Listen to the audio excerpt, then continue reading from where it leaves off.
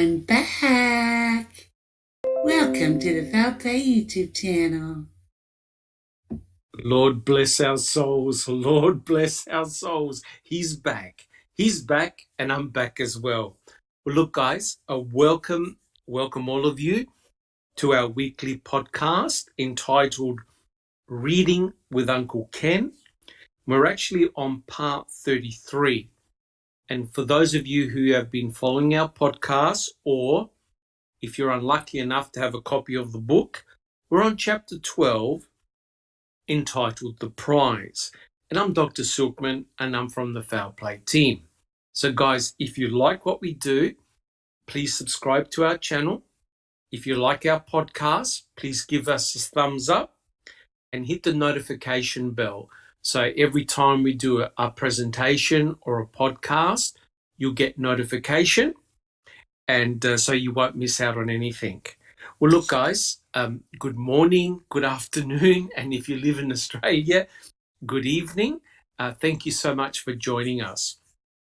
Now, what we have been doing, as I said to you before, we've been going over chapter 12 entitled The Prize, and we have been discussing the sexting scandal involving Mr. Kratz and Stephanie Van Grohl. And what we're going to do is we're going to continue that in this podcast here. And we'll see how far we can actually get, because there's actually quite a lot of questions. This is a very, very interesting and important chapter. And I believe it explains a lot of the behavior of Mr. Kratz, especially during the trials of Stephen Avery and Brendan Dassey. But guys, as is traditional, before I start the podcast proper, I'm going to get everyone to introduce themselves so you can hear their cheerful voices, so you can get to know who they are. We have Alice. Hi everyone, thanks for joining us today. We have Bibi. Hey everyone. We have Checking Convictions. Good morning, good afternoon, and good evening. We have Inexplicable Susan. Good day, everyone. We have Jack61. Hello, and thanks for coming. We have Yoriz. Hello, everyone. Welcome in chat in my most cheerful voice. We have Neverly. Good morning. Good morning. We have Sunshine Christina. Good morning, all. And we have Sammy. Howdy, good morning. Good morning, panel. And good morning, everyone who's on our chat. And as per usual, Checking Convictions and Sammy will be monitoring the chat. So guys, if you have any questions, please don't hesitate to ask in chat, and we'll try and answer them the best that we can. The only thing that we ask, of course, is that please show respect to one another and to each other, and make your questions civil. This is a very demanding chapter, that is for sure. But it was written by Ken Kratz himself, The Prize, and so what we'll do, we'll continue. Now remember, so far he has written about his sexting to one of his so-called people that he was meant to be looking after, by the name of Stephanie Van Grohl. And Stephanie was a domestic abuse victim from her boyfriend. And Ken Kratz happened to be prosecuting her boyfriend at the time. And also during this time, Ken Kratz sent over 30 or around 30 very suggestive text messages to Stephanie Van Grohl. So what I'll do, we'll start the chapter, we'll start the podcast proper. Okay, I quote, "Accompanied by her mother, Stephanie filed a complaint against me with the Kokona Police Department in the nearby county where she lived. The DOJ's Department of Criminal Investigation had been asked to look into Stephanie's complaint as the Kokona Police Department felt they worked too closely with me to be viewed as impartial. The irony was that the DCI had been one of the lead investigative agencies in the Avery case. As for the texting, I was mortified. I felt embarrassed and ashamed, but I didn't think I'd broken the law. Having justified my behavior as non-criminal, I convinced myself that no professional ethics violations had likely occurred. Either I reasoned that although it is unethical in Wisconsin for an attorney to have sex with a client, Stephanie was not my client, as the state of Wisconsin is the only client of an elected district attorney. And anyway, I never had sex with her. The difference between sending an electronic message and having sex was surely clear to anyone. Here's my first question. Now, it's a serious question. Think about it, guys. Wasn't Mr. Kratz essentially grooming and luring Stephanie for sex? This is a very interesting question because during the Stephen Avery trial, he had stated that Stephen had lured Teresa Horbach onto the Avery salvage yard under false pretenses. All right, guys, let's open it up. Who would like to answer? Who's got an answer? Inexplicable Susan. I'm the prize. I think that's pretty false pretenses. Yes, absolutely. Yeah, absolutely. He was luring, he was grooming her totally. And to say, I didn't think I had done anything illegal. I mean, come on. This guy is just making excuses. Oh, it's good. Correct. 100% agree. Notice the big contrast, though, with what he considered to be a minor indiscretion to what he was charging Stephen Avery with, that Stephen Avery had lured Teresa Horbach, right? And in essence, he was doing the same to Stephanie.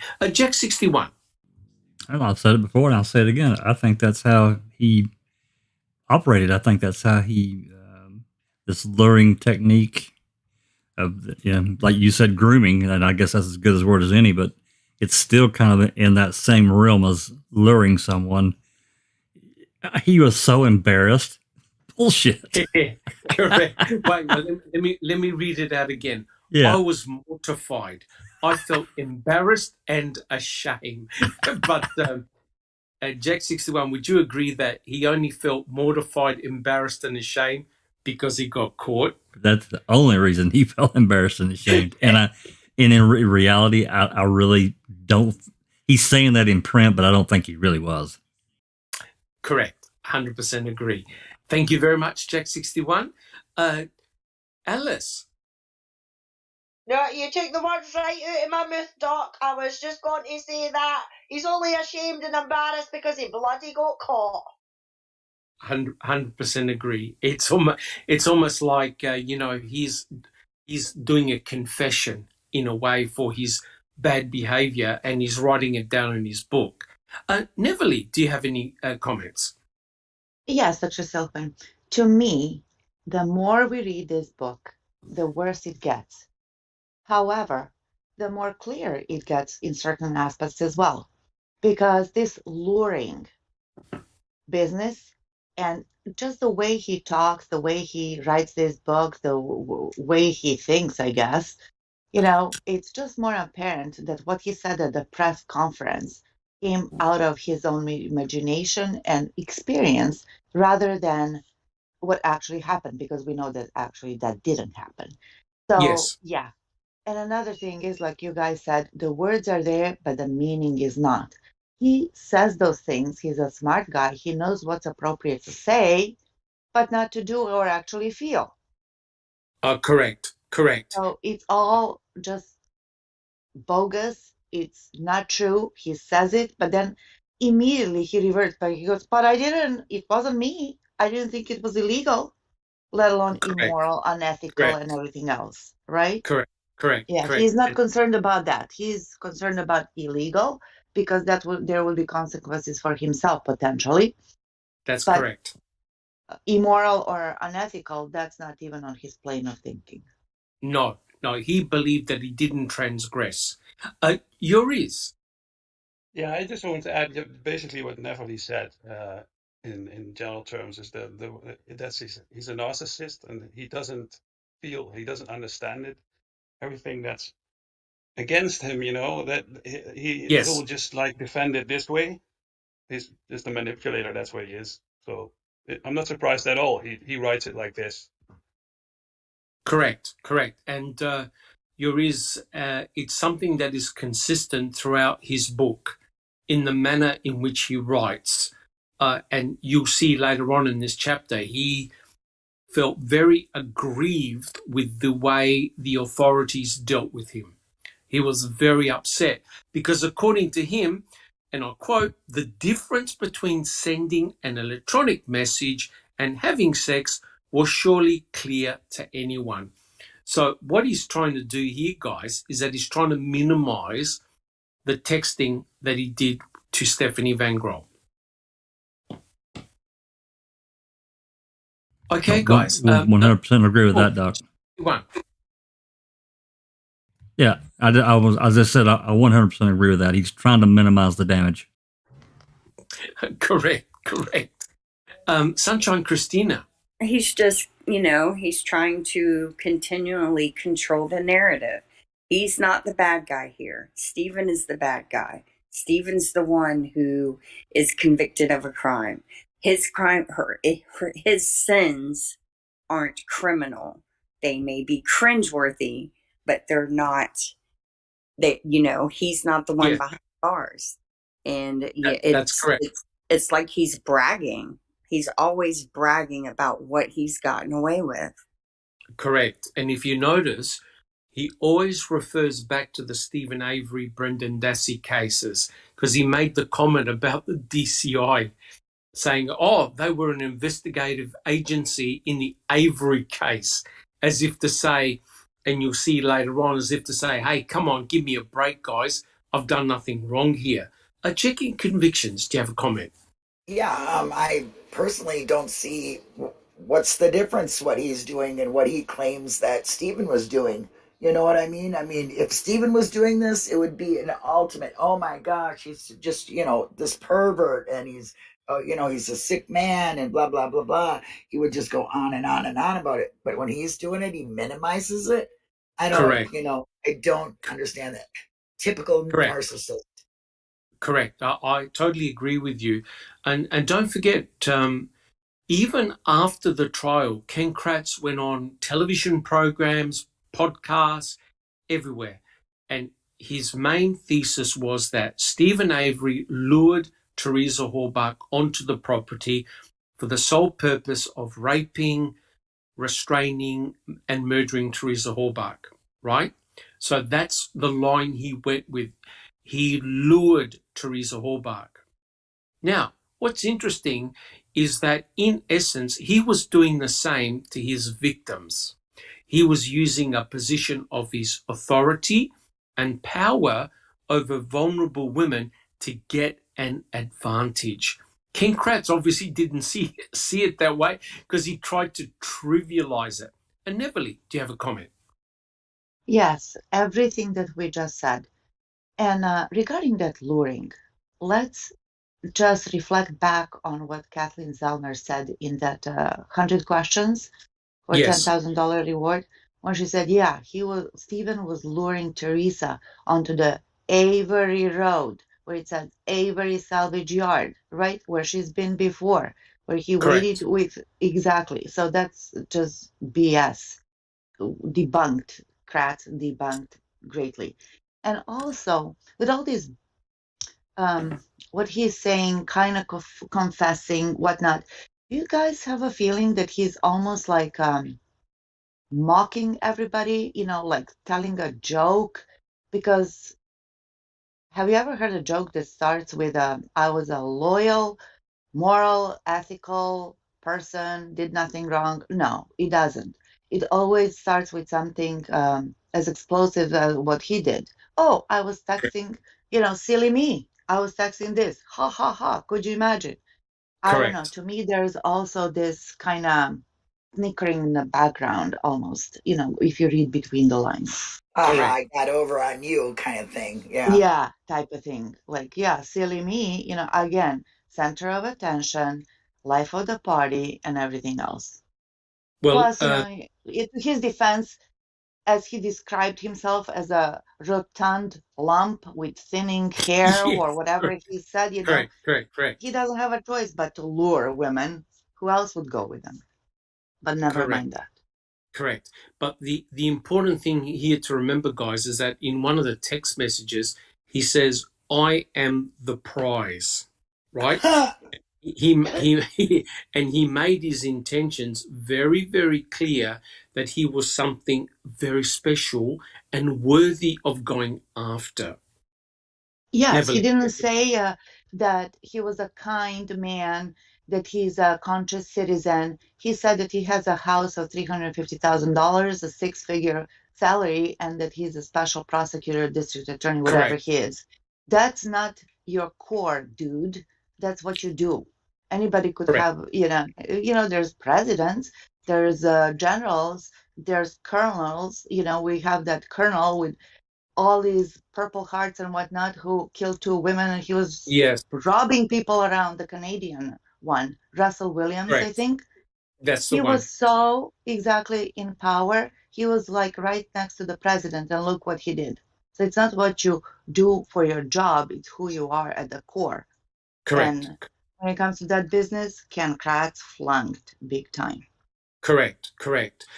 Alice, do you have a comment? Thank you, Neverly. Alice. Yeah, I mean, what annoys me is that especially Gilters, they're like, oh, but you star 67, Well, if that's the case, then I must be going to become a murderer and everything like that, because over here in the UK, it was a number 141 that you could Right. push to block your number from showing up on someone's caller ID, and it would come through as an unknown or a private number.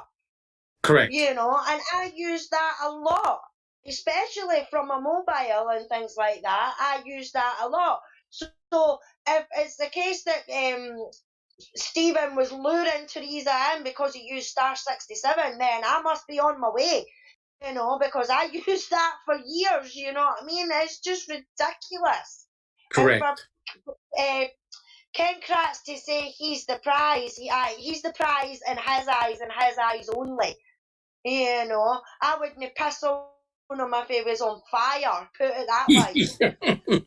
Thank you, Alice, for your what can I say? Your honest opinion about Mr. Kratz. Thank you, Alice. Checking convictions.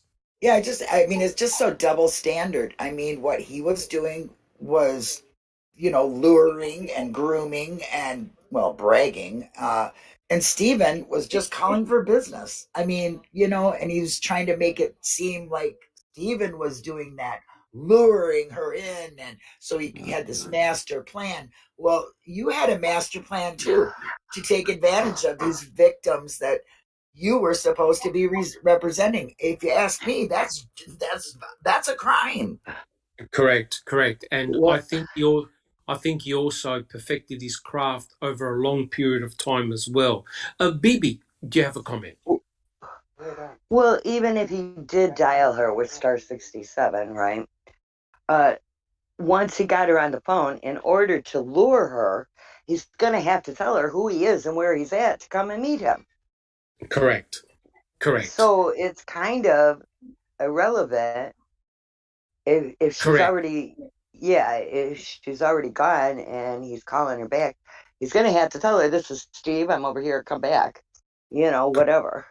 Correct. And, I know this is a bit of an aside, but if he was going to lure Teresa Hallbach, for a start, he would have directly called her on her mobile phone and he would have lured her to a location that's away from the salvage yard, not, not actually on the salvage yard where anybody could have walked in at any time. Right? Exactly. It makes absolutely no. If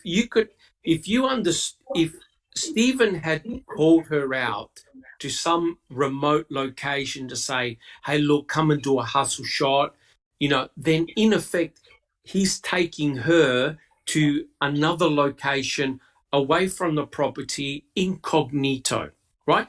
Because Stephen Avery had her direct mobile number. But it's clear that Stephen left paper trail directly by calling Auto Trader magazine, right? So there was a paper trail that led directly to him. So there was no luring.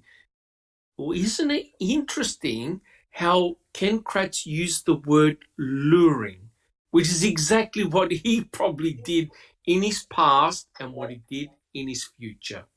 Jack 61. Yeah, Doc, and yours. I listened to the ladies talk, and you have to think about Ken Kratz because I just remember reading he kind of is the prize because what lady gets asked out and ends up at the morgue? At the morgue, correct. Date at the morgue. But the Well, interesting, sorry, well, that makes it sound like she's dead. Yeah. correct. Just had to put that in, yeah. All right. Correct. When you play stupid Tim. games, win stupid prizes, okay? The prize. Correct. Yep. 100% agree, Sammy. Thank you very much. Yours. Yeah, I think Stephen Avery luring her to the property, that's a moot point, that's debunked, because it's like what you said. I mean, she was down there like 5-6 times before that. She knew the address, and to go there and to book that at the same address, it's just crazy to think that it's luring. Correct. But Another point I'd like to make yes. is even in Ken Kratz's own type of luring, the sexting that he did, like even in there's this you are less than me kind of thing. You know what I mean? You may be a nymph, but I am this and this and that. So that's the Mastershit point as well. Correct. So I would be very interested if a psychiatrist, independent one, looked at this book and then just said like, something's going on here.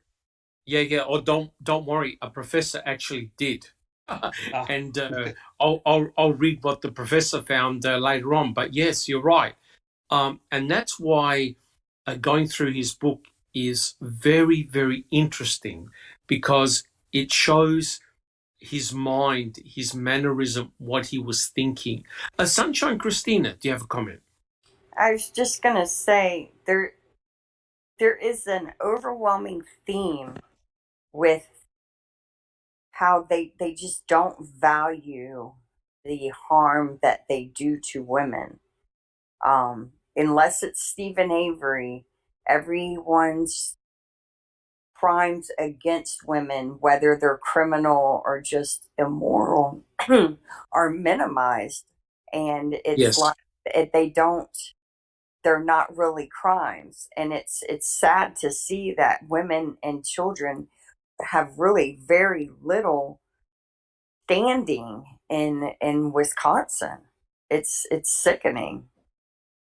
Well, yes, you're correct. And of course, Jack 61 and you guys, we did the open mic where we had a look at some of the horrible crimes that Chuck and Earl committed against women and children, right? And like I said to you before, had that occurred in Australia, both of them will be sitting in a prison cell, no problems at all. Bibi, do you have a comment? Jinx says that in Kratz's defense, there is a bar in Manitowoc called the Morgue. Yeah. Correct. Thank you, Vivi. I'm sure Mr. Kratz was a frequent lodger at that I wonder particular. if the alibi played the morgue. Okay, true. All right, guys. Do we have any other comments? Sunshine Christina, did you have another comment? No, I'm good. Okay, all good. All right, guys. If there are no more comments on that particular question, we'll continue. All right. I quote: higher ups at the DOJ, including the Attorney General himself, also wanted me to resign as chairman of the Wisconsin Crime Victims' Rights Board, a post I'd held since 1999.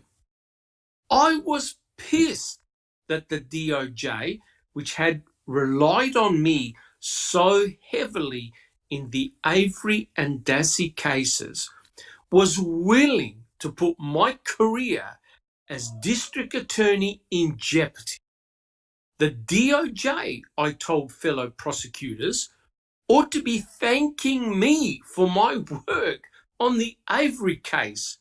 Remember what I said about being a narcissist? I recognized that I had a personality problem that resulted in some horrible life choices, but honestly, I still felt I was being singled out, perhaps to be made an example of. Now, here's the question, right? This is a serious question. Why can't Mr. Kratz admit that he was wrong, apologize, and accept the consequences of his indiscretions? Now, has anyone here ever lived with a narcissist that can answer that question? Sunshine Christina. Sunshine Christina. Because he doesn't think he's done anything wrong, first off. And he thinks he's above the law, second. And he thinks that the state of Wisconsin owes him for the Brendan convictions. So he believes it's untouchable. Yes, 100% correct. But did you see the comments that he wrote? Basically, well, the DOJ, they have to thank me. I did this as a favor to Manitowoc, and what's DOJ trying to prosecute me and make me look bad? So in essence, he felt that he had enough chips in the bank that he was untouchable. Inexplicable, Susan. I love how he also said, I was a narcissist. Yes, correct. Like he's past all that now. Yeah. Are there pills for that? Other pills for that. Correct. Any more comments, Susan? No, that's it. All good. Sammy, did you have a comment? Oh no, I was just laughing my ass off. And yes, by the way, I live with myself every day, so yeah. Jack 61. Remember, he doesn't think he has done anything wrong, as Christina said. Correct. He thinks his 25 years of service, that should overshadow any potential, bad things he might have done. So to him, it's just like, you guys, what are you doing? I haven't done anything. Correct. 100% correct. And he felt that the DOJ and everybody else owed him. And Everly, do you have a comment? Yeah, he felt that DOJ and everybody else owed him. So what did they owe him? What happened there? I would really like to know that. That tickles my fancy. Well, Yeah. I think in this particular case, there was nothing to see here, guys. Move along. Nothing to see here. Yeah, but it's interesting that he said they should thank me. I did them a favor. What is he talking about? Because usually when he says something like that, there's a confession right there. correct? well, Nice catch, Neverly. Yeah. Yeah. yes, I correct, heard correct, that now after you pointed that out. Yeah. Yeah, correct. They owe yeah. him for the Stephen and Brendan cases. That's his way of saying, I know that you know that I know that we wrongfully convicted these men. And if it wasn't for me, we wouldn't have got it done.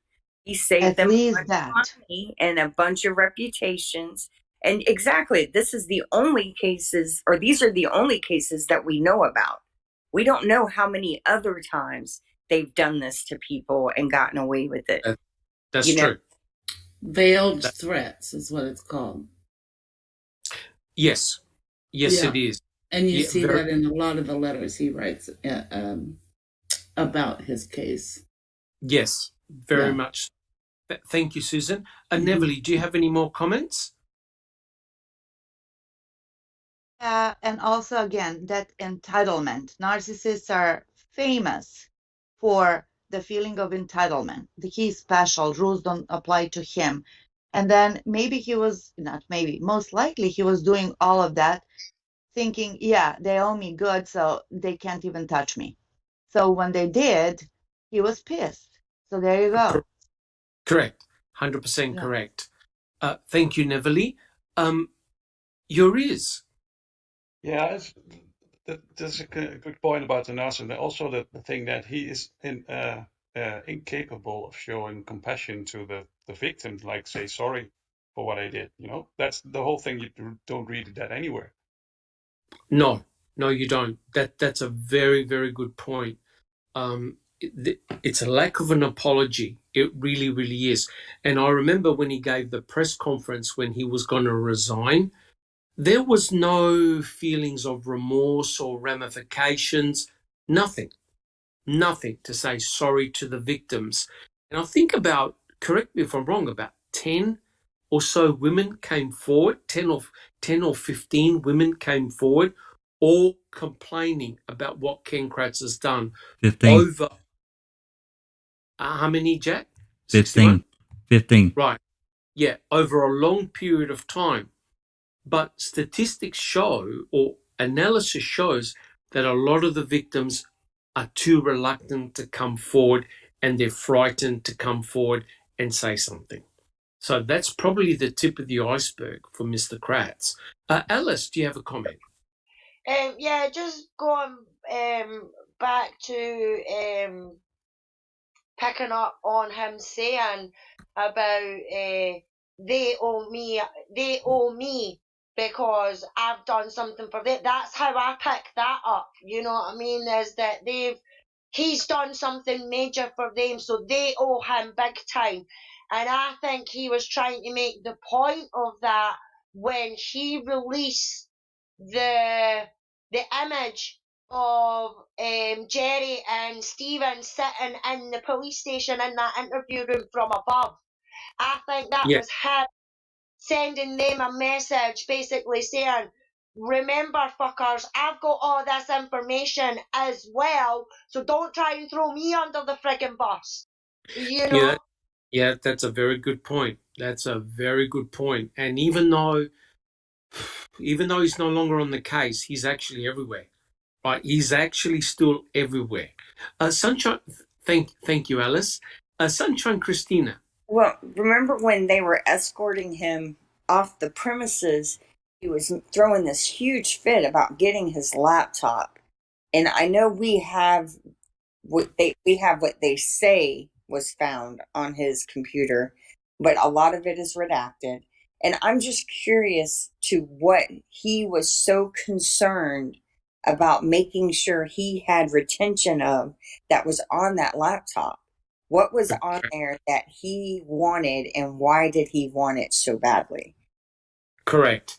And it's interesting, that's the same type of behavior when Buting brought up the notion about the voicemail, about the voicemails on Teresa Horbach's phone. He turned white as a ghost. He did not want to have that subject open at all. So, yes, I mean, we've seen some of the images that he had on his computer, right?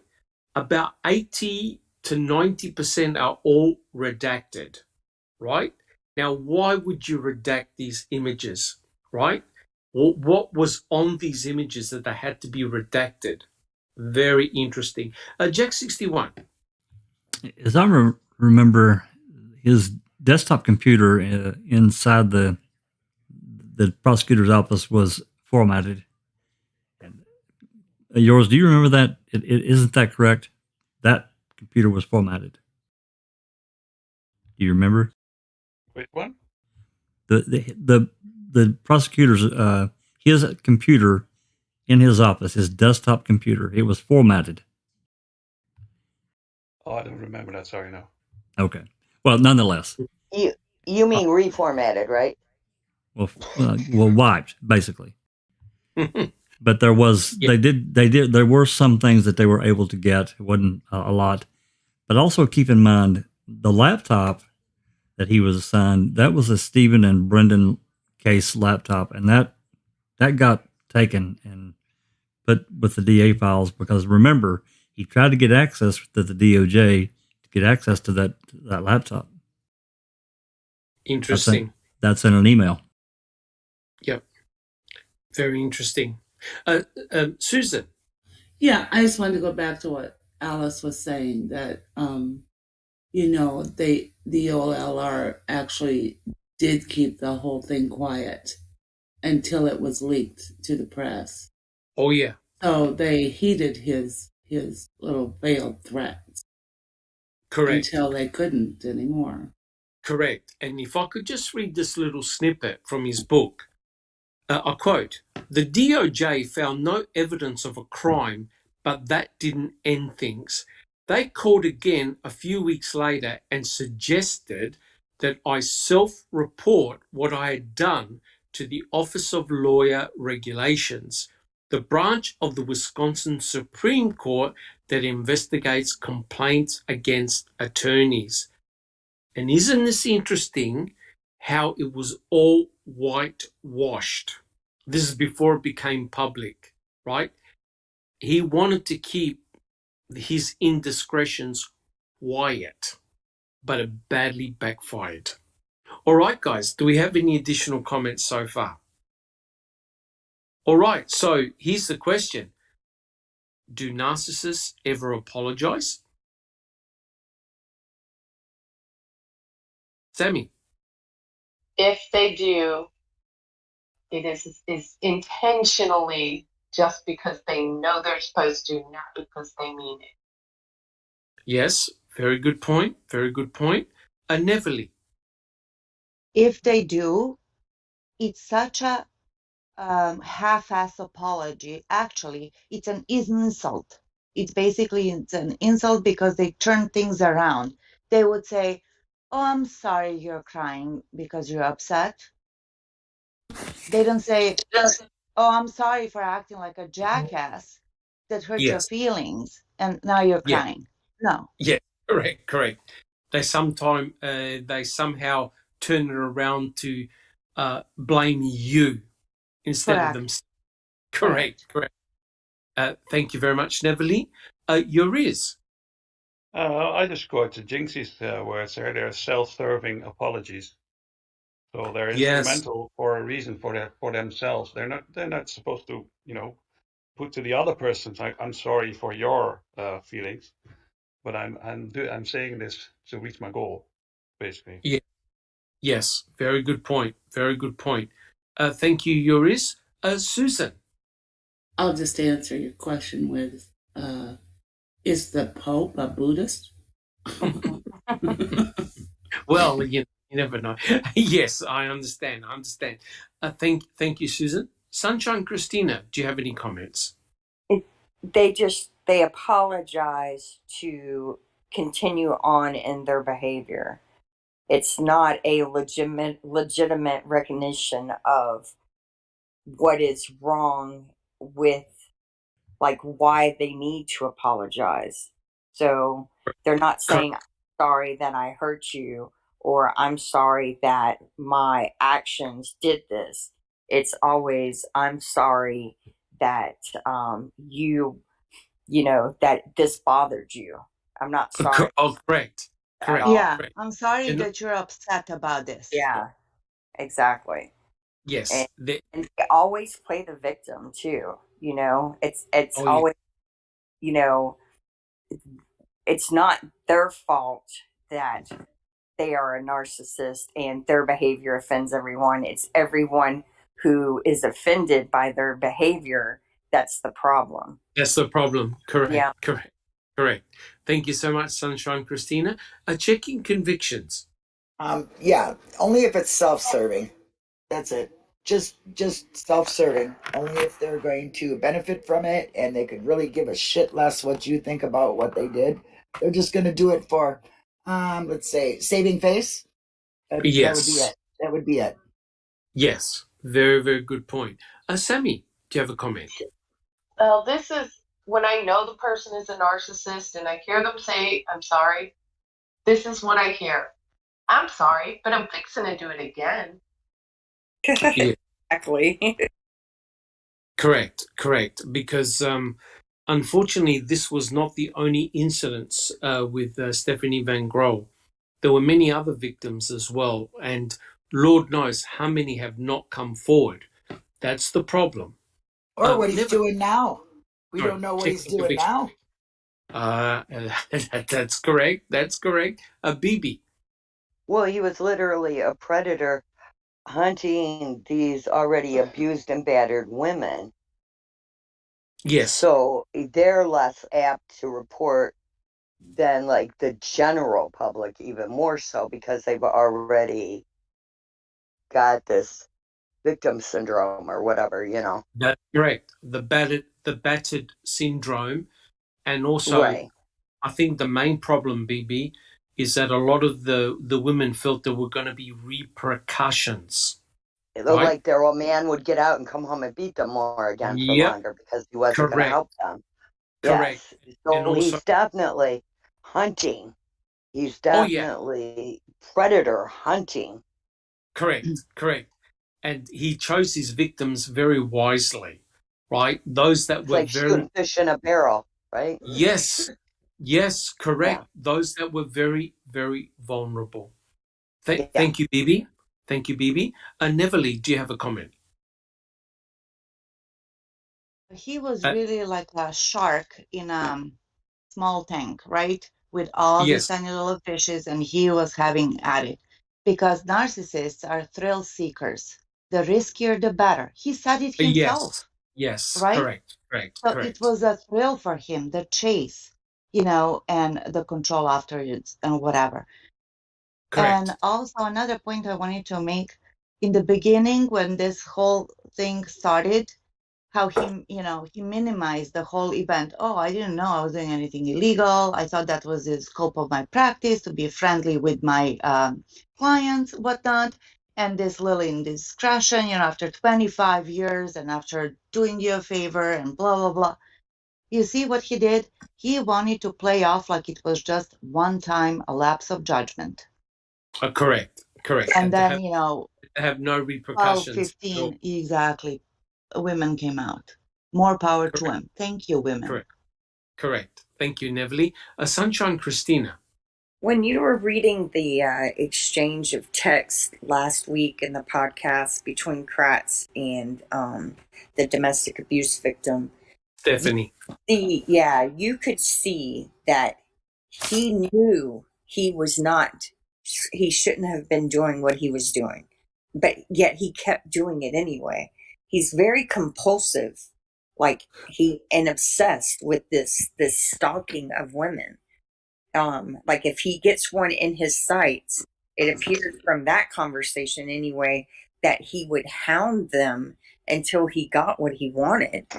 Correct, correct. Including putting words into their mouths that they never said. Right? So he was trying to have like a dual-sided conversation when, oh, you haven't responded or you're not up yet, etc., etc. So Yeah, he's it, actually he's trying to turn the table on Stephanie, yeah, right? it's very predatorial. It really is. Yes, correct, 100% correct. Yours, Just a little bit in defense of Ken Kratz. If you're born with that high pitched voice, then you gotta have something to compensate for it, you know. Correct. And Neverly, you have a comment. Again, I'm going to recall what he said. He became bored after all the hype and all the attention that he got, and, and the hoopla and the adrenaline rush and all the drugs that he was taking and, all of that. That just gives you, it's like an engine constantly revving, wanting for Correct. more, wanting to more. This was really a thrill. And also a thrill to see if he's going to get caught or not, how far, he's going to push the bar. That's Correct. a game that they play. It's Correct. never enough. It's Correct. never He said enough. he said the riskier the better. It's better. He said it Yep. himself. Yeah. Correct. Thank you, Neverly. Bibi, do you have a comment? Mr. Jinx points out, well, the 25-year-old he picked up and had a fling with, had just filed a divorce from her first husband, so you could say he even took advantage of her in her time of need. She's now married to him. He likes Yes. 25-year-olds, it seems. Yes. And how it was Teresa when she went missing? Sammy says 25. Jinx Yes. says, Correct. interesting. Correct. And when he had his profile up as ex-toy boy number 1, he said he wants to date women, I think, 25 to 49, I think, or 45. So 25 was the youngest age, which happened to be the age of Teresa Horbach when she went missing.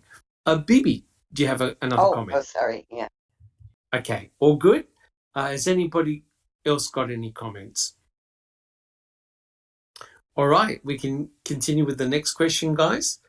All right, I quote, mostly I was desperate to put out this firestorm before it hit the newspapers and further consumed me.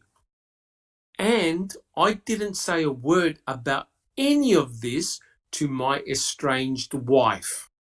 Like the rest of the world, she wouldn't find out what had happened between me and Stephanie Van Grohl until 10 months later, on September the 15th, 2010, when the proverbial shit really hit the fan. I took some solace in the fact that after the Stephanie Van Grohl complaint was dismissed on March 5th, 2010, she chose not to appeal the decision. A shameful incident was finally behind me, secure in the knowledge that the facts giving rise to the OLR complaint would thankfully remain confidential. Right, and here's the question. Did Mr. Kratz really believe he could keep this sexting scandal private from public scrutiny? Sunshine Christina. Well, he believed he could for a while, and then I think it was Ryan Foley kind of burst his bubble. But I mean, Yes. do you see how he's rubbing her face in it? He's just like, he is victimizing that poor woman all over again in that passage. Yeah, Oh, yes. Yeah, Yes. it is absolutely just disgusting the way he views the world. It's sickening. That is correct. She was just simply a means to an end, right? But she had the foresight and the strength to actually put a formal complaint in, right? And kudos to Stephanie for doing that, because trust me, it would not have been easy for her. It really would not have been easy for her. Jack 61. I'm really interested in knowing how Foley knew to do the open records request to the DOJ. I'm not shocked that I'm kind of, given what we've been through with getting open records requests with them about the Avery Dassey case, I'm a little shocked that they came off with it, but they seem to have really no problem releasing those, and they really shouldn't. Well, I guess I'm basing it on our experiences, and I probably shouldn't do that. That's true. That's true. But I have a feeling that the department that cleared Kratz was under incredible pressure, I'm sure. internal pressure. So if you can't deal with something yourself because of a technical issue or a technicality, what do? You leak it to the press, And I think that right? maybe she did that, or somebody that that knew about her case called the AP and said, "Hey, you guys need to contact the Wisconsin cops or state police, whatever, and find out because Correct. reports have been filed a long time ago." It would Correct. be really interesting to know. Yeah, Who leaked Correct. it. Yeah. Correct. Because don't forget, these documents are what, about a year old? Yep, And he they were. expected everything to be quiet, deep six, and for him to continue his life as per normal. Jack That's right. 61.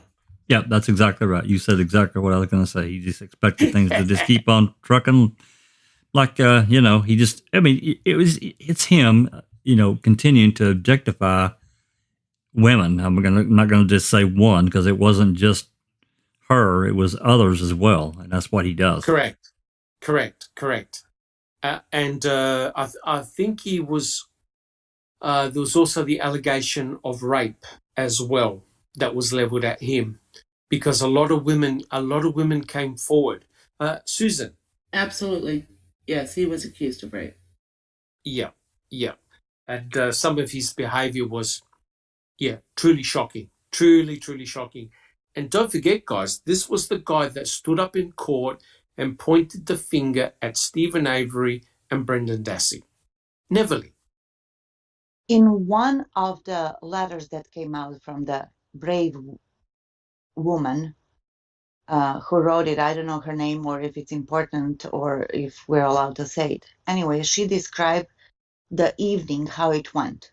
He showed up to her house, they had drinks, whatever. Then he pretty much forced her into oral sex while holding her hands behind her back and controlling Yes. the head. I'm so sorry for this graphic description.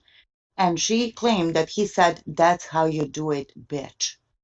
Now, Yes, read that too. think about what he said during the press conference.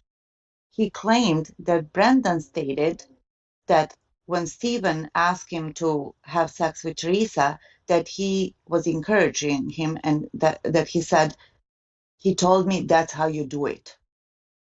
Yeah, So that's there's all 100% these correct. Yes.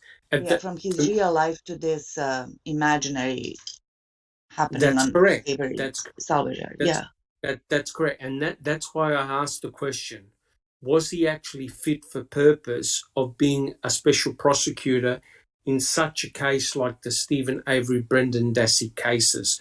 From what I've been reading, from what we've been analysing, he definitely should not have been involved in a case like that. I don't think he could tell reality from fantasy. Sunshine Christina. I was just going to say of course he was fit by Wisconsin standards Yes, for correct. prosecutor. And I so I personally believe that the narrative of the crime originated from the state of Wisconsin. And it wouldn't surprise me if it didn't come out of Ken Kratz's head, you know? Well, I agree with you. Because of the March 2nd press conference. He basically read out the narrative, which I reckon was 50% in his mind, the way he read it, and of course 50% fed by Fassbender and Uyghur, right? And Brendan made up the narrative, made up the story, and if you follow the presentation I did, he got all the main elements from the film Kiss the Girls. And it was Brendan Dassey himself who mentioned Kiss the Girls to Tom Fallon in court. It wasn't me, it wasn't anybody else. Brendan Dassey actually mentioned that title in court, right? We've seen the film, we've seen the parallels between what Ken Kratz said on March the 2nd to what occurred in this film. Ken Kratz basically read out the script to Kiss the Girls, and he scared the entire country. And what's worse is he never fact-checked Brendan Dassey's narrative. Jack 61. Agree, disagree. I think that, well, I'm sure that Ken Kratz was willingly used by the state for whatever accolades that he thought, he may get. I feel certain that it was a means to an end for the powers that be at the state of Wisconsin. He was the figurehead. He took, the brunt. He's taken the brunt of the crap. Of course, he asked for a lot of it because he's a narcissist and all the crap he's done. Correct. But a means to an end, and he took it. He accepted it, and well, we've talked about it before. He took this case, and really, Teresa was almost made a passenger at the back because it had to be about him. It was about him. Yep. That is correct. 100% about him.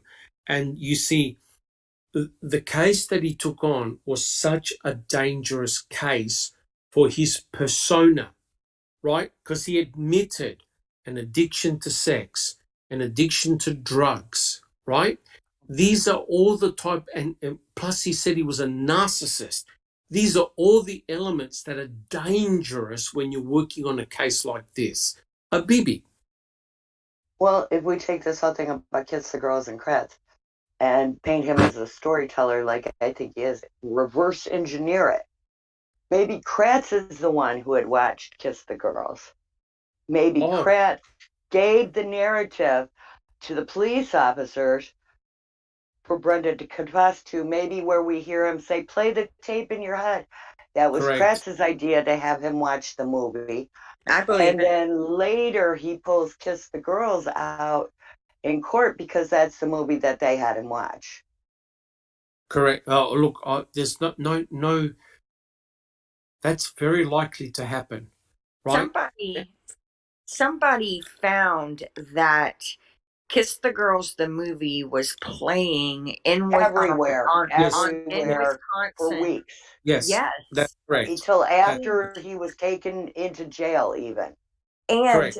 Another interesting thing when it comes to if this is all created by someone who represents the state of Wisconsin, the show Prison Break.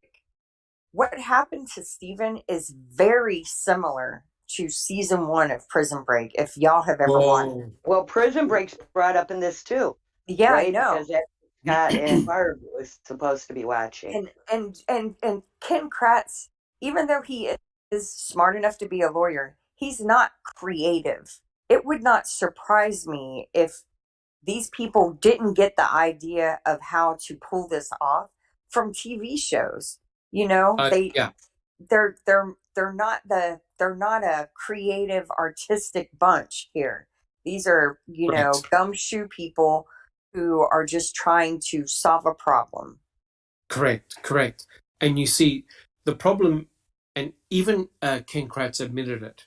I remember during the depositions of the Brendan Dassey's post-conviction depositions, he was asked, well, the case against Stephen Avery was essentially circumstantial. Is that right? Mr. Kratz admitted. Ken Kratz said, yep, the case against Stephen was purely circumstantial. Right? Circumstantial. He got the narrative from Brendan Dassey. And so hence, once he got that narrative, whether false or correct, he ran with it. Right? He ran with it. Now think about this. Right? The investigators looked over the RAV. They never did a hood latch swab, right? They knew that the battery was disconnected in the RAV4, but they never did a hood latch swab. They never did a battery cable swap, nothing. They've been in the garage multiple times. They searched it from top to bottom. There are even photographs that show the compressor. There's no bullet under the compressor. Lo and behold, after Brendan told his narrative, what do we get? we get the hood latch swab, right? And we get item FL. So that way it ties the narrative of what Brendan said. So to them, And they're just rubbing their hands going, you ripper, we've got this case by the short and curlies, right? But they never fact check to see what was behind the stories. Bibi, do you have a comment? well, they never checked the interior hood latch, which he would have had to touch the interior hood latch, the door handle, and then go out and touch that hood latch and leave all that DNA. So if he's leaving that much DNA, he should have left it on the interior hood latch, the door handle, and the exterior hood latch. Oh, 100%. And you see, this is where we get into a real bizarre territory here, right? The state kept on stating that, well, he was a good shedder. Well, if he was a good shedder, he would have left touch DNA absolutely everywhere, right? And he didn't, right? He had to get in and out of the RAV4. He had to touch various items in the RAV4. There was none of his touch DNA, but they did find Teresa Hallbach's touch DNA on the inner door handle. So all of a sudden, you have Stephen Avery, who's a good shedder, but doesn't leave his DNA or fingerprints anywhere. They swabbed the hood latch months late, in fact, 149 days later. And guess what? It gives, by the time you work out degradation, it gives between 60 and 90-fold higher than what you would expect from touch DNA. An enormous amount of DNA when you consider that Stephen Avery would have touched the hood latch for a second. Right? So it made no sense whatsoever. Sunshine Christina. I wonder if the Fox Hills overnight stay didn't include a showing of Kiss the Girls for Brendan. It Well, sure did. I Sure checked, did. and they did have cable TV. They did So have cable. I wonder if they didn't watch the movie with him, and then that's the reference. Play the film in your head, Brendan. Play the film in your head, Brendan. Play the film in your Bingo. head. And Bingo. also, the reason they didn't look for any other corroborating evidence for the hood latch or for the bullet fragment in the garage is because they knew it wasn't there. If they look for it and they don't have it, then they have to explain why they don't have it. But if they That's correct. conveniently forget to analyze these things, they can look like country bumpkin cops who don't know what they're doing versus cops who are intentionally framing someone for a crime they didn't commit. Correct. Now, sorry, checking convictions. Did you have a comment? No, I was just gonna say, or Barb did ask Brendan, and he confirmed he's seen it before and after they talked to him. Correct? Isn't that what he said? 100% correct. And then in prison, he read the book. So he actually did see the film. I asked Barb to ask her son, and he confirmed that he did see the film before Fassbender and Wiegert had questioned him. But he may have seen it again, right? Because it was showing at that time. The film was available in the library, the school library, and the book was available. He read the book later. And the reason why he saw the film is because only in the film do we have reference to cutting of hair.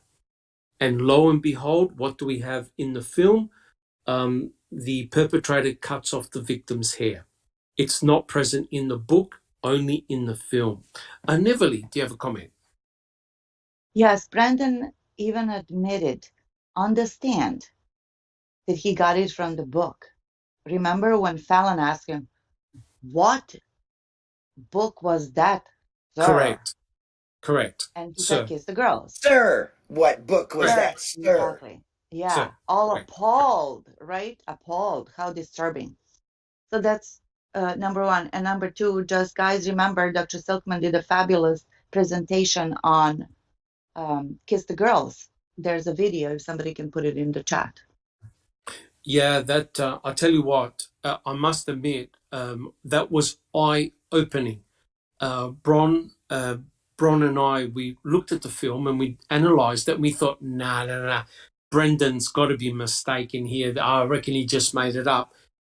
Put it this way, my jaw dropped on the ground. Scene after scene was exactly what Brendan told the investigators happened to Teresa Halbach, from being tied up to the bed, restrained to the bed, to photographs being taken, photographs being shared, being kept in, rape, the use of the knife, the cutting of the hair. Hair cutting.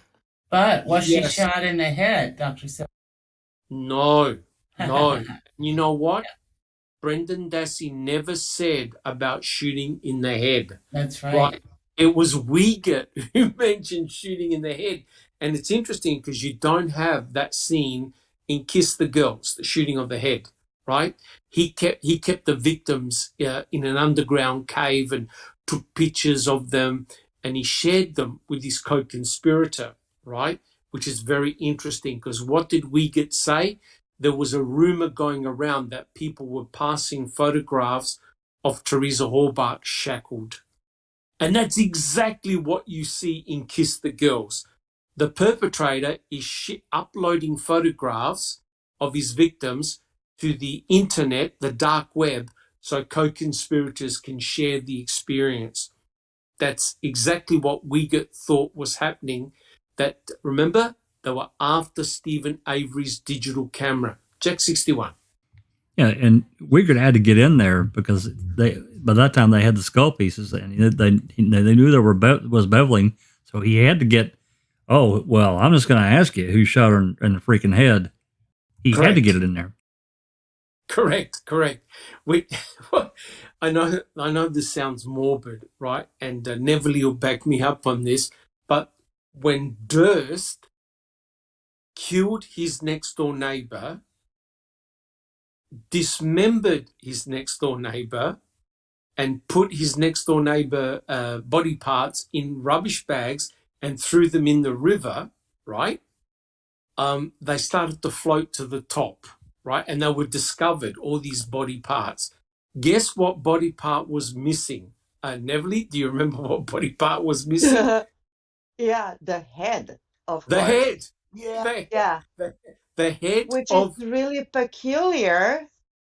The head of Mr. Morris, who Durst killed and dismembered. Dismembered, That correct. was very convenient, right, Bibi? That the head was missing because they would have known that he did not that he must have gotten shot in the back of the head, execution style, just like he killed his best friend Susan Berman, and not the way that his defense team presented to the jury, which was self-defense, and that it went off accidentally.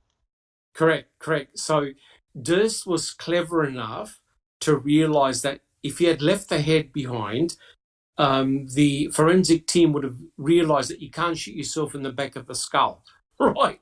And because he was suggesting that it was self-defense. Now, here's an interesting question. Why would Stephen Avery, who was a forensic guru, leave skull pieces with bullet holes in his burn pit? Why would he do that? He wouldn't. Correct. And what is interesting is if he had committed this crime and he got rid of all the cremains, including the cranial bone fragments, Item FL never would have come up. Brendan Dassey would have never come up. He would have never said, who shot her in the head, because they would have had no idea how she died because there were no cremain pieces with bullet holes. So it's unbelievable that Durst was smart enough to go and retrieve the head and probably bury it, but Stephen Avery just left the cremains in his burn pit for investigators to eventually find. Checking convictions. I just have a comment from the chat. Kim Hogan, how many chapters are left?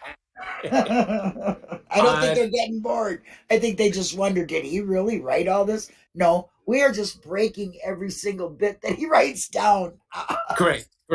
But to tell you the truth, it gets even worse because once Ma'am 2 came out, he had to write additional chapters that he didn't have in version 1. Isn't that correct, Jack 61?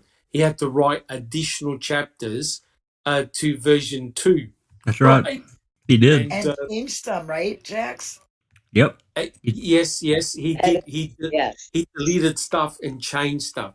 He did. So, yes.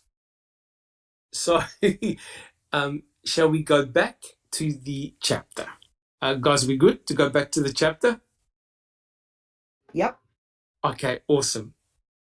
I quote, on September 15th, 2010, a young reporter with the Associated Press, Ryan Foley, sauntered into my office in Chilton. Quote, I've got the text messages, said Foley, who'd worked for the AP for 6 years, primarily covering Wisconsin politics. I didn't have to ask what he meant. This is a non-news story, I said, trying to head things off. Quote, don't you think those texts are inappropriate? I'm not going to comment on that. Foley brought up his camera. In the first 48 hours after the AP bombshell, the shameful details found their way onto the front page of every major newspaper in Wisconsin. During the 5 weeks that followed, media coverage of my texting, along with new reports of various women coming forward to complain of my behavior, dominated the state and local news, and the sordid tale was covered in newspapers and on television nationally. So here's the question. Who believes that Mr. Kratz finally got hit with the karma bus? And anyone feel that he was hard done by? Who would like to answer that one? Yes. Checking convictions. All I can say is yes. Thank you, Ryan. This is not news. This is not. Yeah, thanks. Correct. So, Thank you for checking convictions. Susan. yeah, karma's a bitch. Bitch. Correct. 100% agree. Thank you very much, Susan. Yours.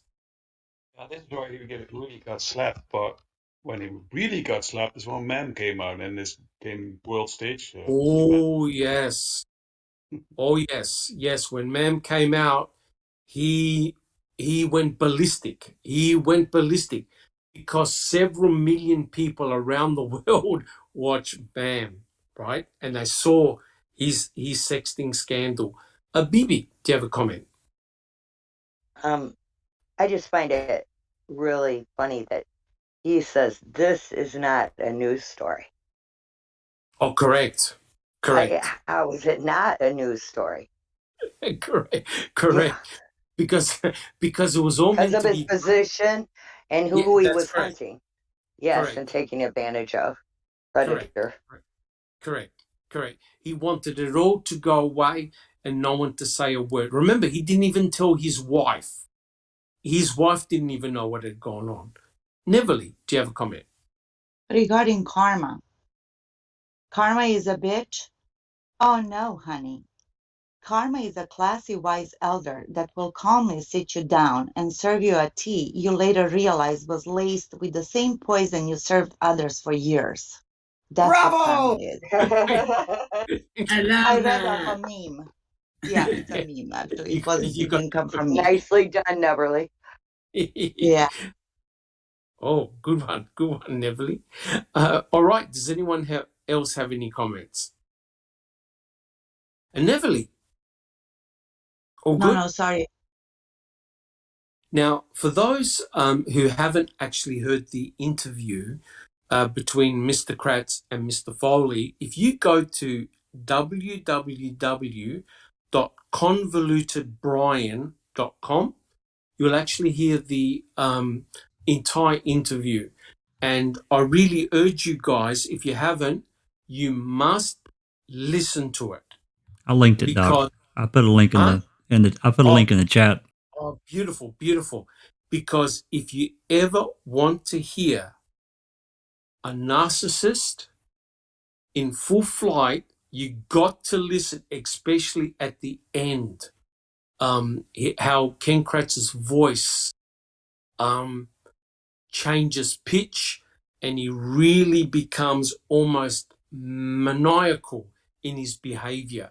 Checking convictions. Yeah, I would say he was a rat in a corner and the trap was directly in front of him and he had no way out. Correct. He was very, very badly caught, and he knew what the consequences were going to be. And, he was trying to basically find out who leaked the information to Foley. BB.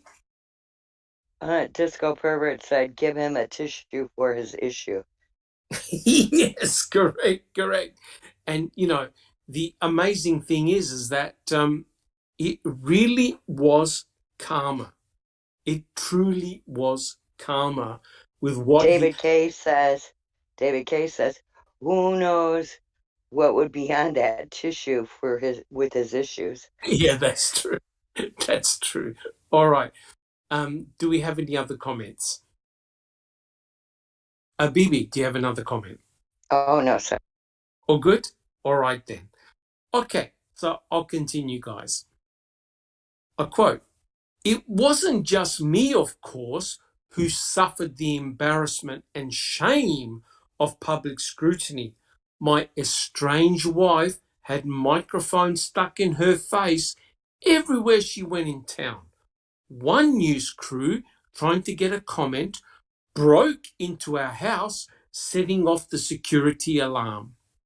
Every one of our neighbours was questioned about what they knew of my private sexual behaviour. I had the spotlight back, but this time I would have done anything to get rid of it. Here's the question. Mr. Kratz never fact-checked Brendan Dassey's story, and hence caused untold damage to him and his family. Did Mr. Kratz feel he was now going to get any sympathy? Who'd like to answer that one?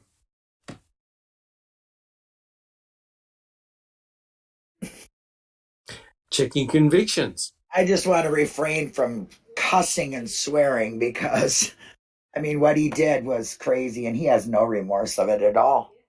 None. Correct. I think the real issue here was that he thought he was going to get away with it, right? And notice how he now shifted the blame to other people being in the limelight, right? And what he did with the press conference on March the 2nd was basically destroy several families all in one hit, right? So where's your presumption of innocence? It's gone, completely gone. Checking convictions. Exactly. I mean, what law enforcement agency comes out with a press conference so horrific that you have to tell 15, if you're below 15 years old, please don't listen, for one. Number two, what other police force takes a total word from a kid who has learning disabilities, who was cornered, who was questioned, and without parent or guardian or lawyer, and never even checks to see one thing of the word and evidence until it's who shot her in the head. That was Correct. it. Otherwise, it was just words coming from them.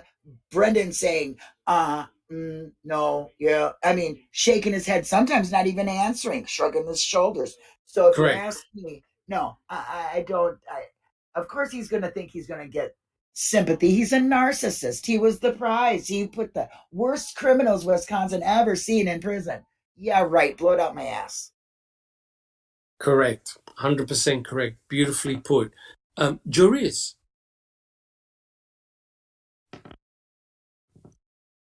Juries, Well, have you got a I think the comment? comparison you make between the conference and his own position, so to say, because for the press conference, he really he used it. You know, it was instrumental to him to make that, you know, to seek that conviction, and that only helped him. But in this situation where he can't control the press, that's where the narcissists really go mad.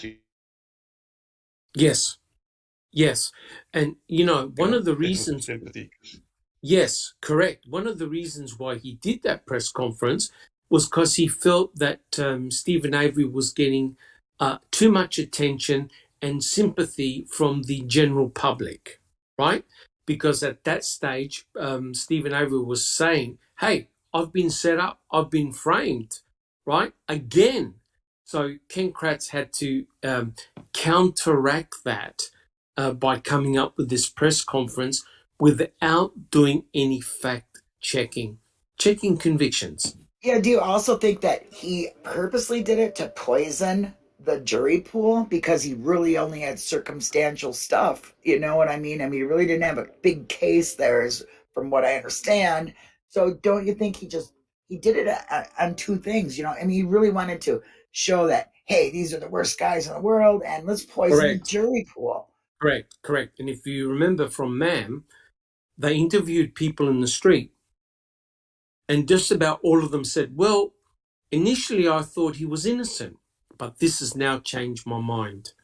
So that had a drastic effect on people's perception of both Stephen and Brendan, right? So in the back of your mind, even if you poll the jury, potential jurors, 99% of them would have already heard what the press conference was all about. So he had muddied the waters. Alice. Yeah, as I've always said from the beginning, Doc, that press conference was his fantasy. That's where that came from. That's where all that information came from, because in his vile mind, somewhere along the lines, he's imagining doing this kind of shit to women and stuff like that. I mean, he was supposed to have a bondage room or something like that, was, so I wouldn't be surprised. And then everybody else has had to try and find information to go around Correct. what he said. He wanted to shock and awe when he done that Yes. press conference, and that was all that it was about. And yes, it was to poison the jury pool. I mean, I don't whereabouts in Wisconsin the trial or that would have been held. They wouldn't have got a fair trial, period, because that press conference would have been all over the local channels and everything like that. So everybody would have seen it. Because the same thing happened here with the Luke Mitchell case as well. He was done by trial by media.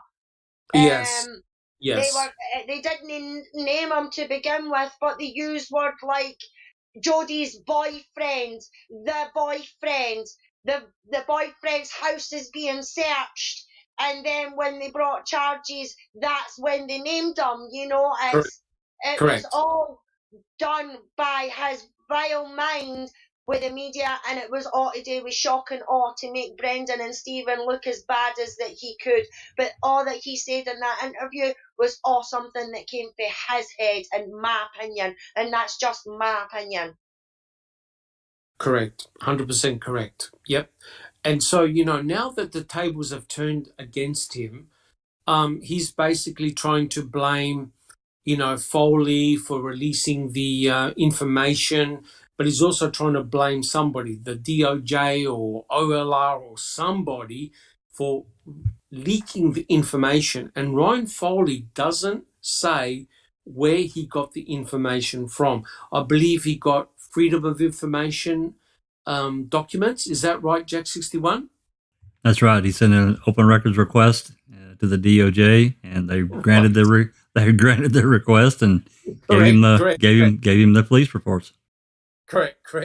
But it's sort of like, well, our hands were a little bit tied trying to deal with Ken Kratz, but we'll let the public decide, right?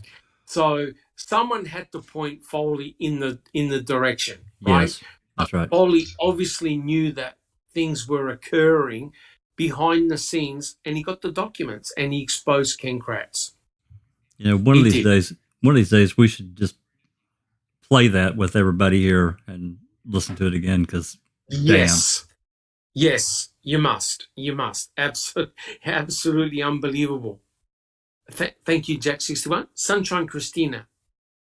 There was a political shift going on at that time, and I think that Ken Kratz's party was falling out of favor, and someone pointed Foley into the matter to kind of help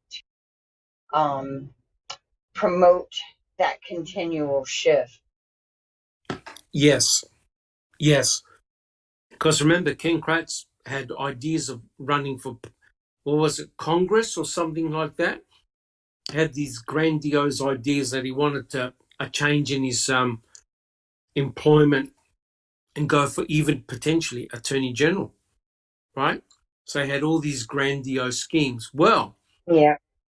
if A you damage, congressman and a judge. That's what he yeah, said. that's What's correct. next? But that wasn't too thrilling. Like, yeah, been there, done that. Nah, you know. Correct. All right, guys. Now, shall we continue with some more questions? Is everyone good? Yeah, we'll continue One with more some more questions. thing. Yes, One more Neville. thing, Dr. Silkman. Alice kind of said what I wanted. At what point did you guys, do you remember when was the first time you heard that Ken Kratz admitted that he had a special room in the basement where only he could go to? He was the only one that had a key. That was Yes, like the adult playroom, something like that, right? yes, I did hear that. And How also, interesting. well, the thing is, on his website, when he had a website, someone discovered that he had a secret document on how to build a secret room. Now, why would Ken Kratz have a document on how to build a secret room in your house? Right now, Wow. that was rather bizarre, right? How to build a secret room in your house, which was very interesting. Oh, a big hi to Just Rhonda. You want to introduce yourself, Just Rhonda? Is she here? She is here. Come on. She Yeah, is here. Just Unmute in that. Rhonda? chat. Unmute that mic. She might be getting coffee. Maybe she can unmute. Sorry. There she is. Oh, there you. Well, welcome to the podcast. Good to see you here. Thank you, Dr. All right. Silkman. It's nice to be here. Yes, fantastic. All right. And Zoe too. Hi, Zoe. Zoe. Where are you going, Zoe? Hi, Zozo. Yes? Hi guys. Hi, sorry, I had to unmute. I'm sorry. Hi. No worries. Good I'm to see you. happy I could make it. Good. Okay, guys. Can Checking I add something? Yeah, Yes. I was just gonna say, did he get them blueprints from the secret dungeon that Stephen had? Thank you. I was going to bring that up. Well, you know, they had, I think the Avery family had, I think it would have been for when they have tornadoes. Basically, you go downstairs in the room. Called the cellar. A cellar. A root cellar. Yes. A root cellar. Yes. It's usually for canning. And it's Yes. very common in that area, so I don't understand that myself. Well, there's a snitch. There is a snitch in the police report, a fellow inmate who allegedly says that Stephen showed him a diagram of his secret torture room. Now, that picture never materialized, but who does have a secret diagram of a secret sexual proclivity room? That would be your special prosecutor. That's correct. That is correct. Bibi, do you have a comment? Well, and Steve didn't know where he was going to be living when he got out that time, so where would that have been? And Correct. But you guys know now, Ken just had those on his computer for work purposes because he wanted to see how a torture chamber secret room was built. So that way he'd know where to look at Avery's to be able to find it. Correct. Yeah. Yep. Thank you, Bibi. Susan, do you have a comment? Yeah, I always thought it might be interesting to take a cadaver dog to the backyard of Kratz's house. Oh, good Lord. Yes, that's a very good point. But I'll tell you what, it would be very interesting to speak to his ex-wives, see what they've got to say about Mr. Kratz. It certainly would. Yes. All right, guys. Well, we're getting on in time a bit. So what I want to do is maybe one or two more questions. Is that all right, guys? We're all good? Yep. All right. So let's go. 2 days after the scandal broke, on Friday, September the 17th, the WDAA, which is the Wisconsin District Attorneys Association, sent me a letter that pulled no punches. I quote, "Your behavior involving a crime victim was repugnant and cannot be countenanced. Your behavior was neither unintentional nor innocent. As a co-founder of our current victims' rights system and as a frequent lecturer on these topics, no prosecutor could be expected to know these issues better." This is now congrats. "It was brutal to read, but it was also true. I had co-authored much of our state's victims' right legislation.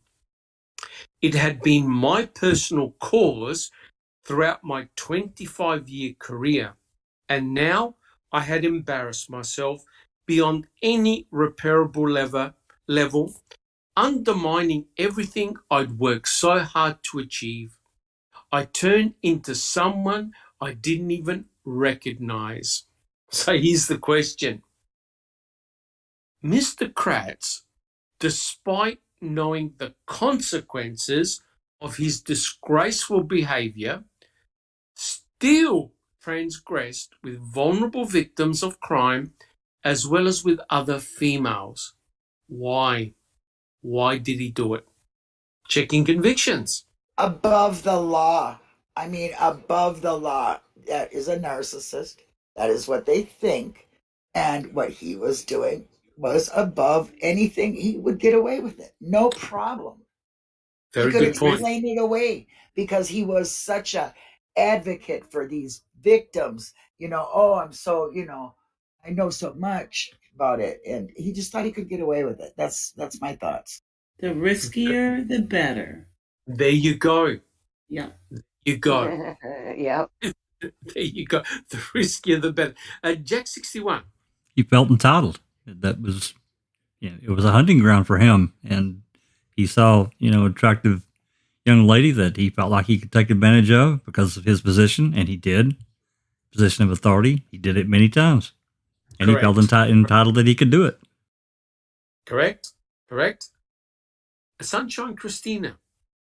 I think he's bragging about what he did. I wrote these laws.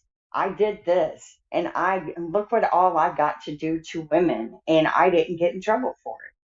I really think he enjoys rubbing it in everyone's face, especially his victims and Stephen Avery, just how powerful he is and how much he has done and not really faced any consequence. All right. mean, he's still a draw for media. Like, people will put him on the air, not here lately since Wisconsin has silenced him, but he was giving interviews left and right and people were still falling for his malarkey. Correct. Making a Murderer left all of these things out, yet he has failed to produce anything to substantiate this claim. Correct. It's just sickening. Correct. Jack 61. Everybody remember, Kratz was charged by the OLR with 11 counts. Just throwing it That's out there. correct. I've been putting the links in the chat so everybody can go look and read them. But it's correct. It's and terrible. How many were dropped, Jack? Well, he pled no contest to 6 counts on 3 of the victims. That's how it turned out. No contest to 6 counts on 3 of the victims. I don't think he wanted to face the victims in court. Oh, absolutely not. And wanted to settle out of court. Essentially wanted to settle out of court. So, he took the gutless approach, just plead no contest, and, whatever happened, happened. But he wanted to keep it quiet so he can keep on going and still keep on doing what he was doing for many, many years. Now, I'm going to ask a hypothetical question here, and also to our listening audience. What would have happened to the Stephen Avery trial and Brendan Dassey trials had this scandal broken out during the trials? Who's got an answer? Jack 61. It would have probably a mistrial. Yeah, I'm going to say probably a mistrial. I mean, I guess Fallon and Gunn could have taken it over. They would have had to have done some shuffling, but I think it would have so damaged the state. I'm betting that Willis would have called a mistrial. Very, very interesting. Very interesting. Thank you, Jack 61. Checking convictions. Do you think that maybe Stephen being wrongfully convicted and then that happening might have just maybe, kind of really took a look at the state? Maybe they would have investigated a little more. That's my thoughts. I think at that time, with the spotlight on the trial, especially what Ken Kratz said during the press conference, it really would have put the heat on the state. Basically, hey, wait a minute. The special prosecutor, has committed the very same crimes that he's accusing Stephen Avery of committing. Of course, we're not saying murder, but all these, what can I sort of say, inappropriate behavior. So how could the special prosecutor stand up in court, point the finger at Stephen Avery, saying you lured Teresa Halbach, you raped Teresa Halbach, with no evidence whatsoever?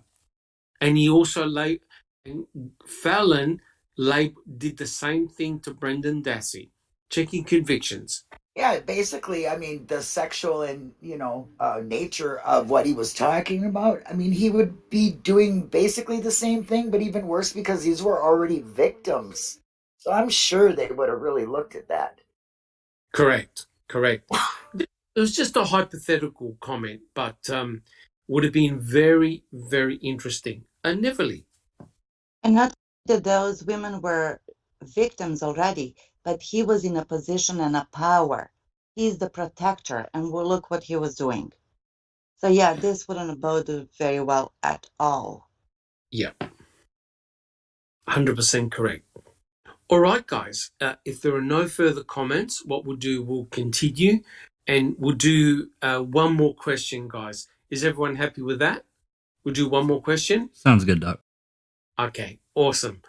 Okay, I quote, "Cliche or not, that weekend represented my rock bottom.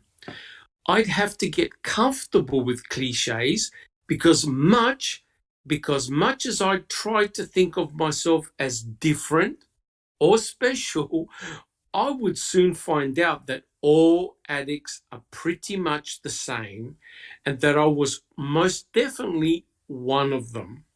Here's the question. Who agrees that Mr. Kratz finally admitted his addictions only because he got found out by a victim making a formal complaint? Jack 61. Absolutely the only reason. That's it. He would have never come forward otherwise. Ever. 100% agree with you. 100% agree. Sunshine Christina. It's an excuse. That's all it is. He's using his addiction to pills to minimize the damage he has caused to his victims, to his family, and to anyone and everyone else. It's an excuse. But he was a narcissist before he was a junkie. Correct. And just one comment.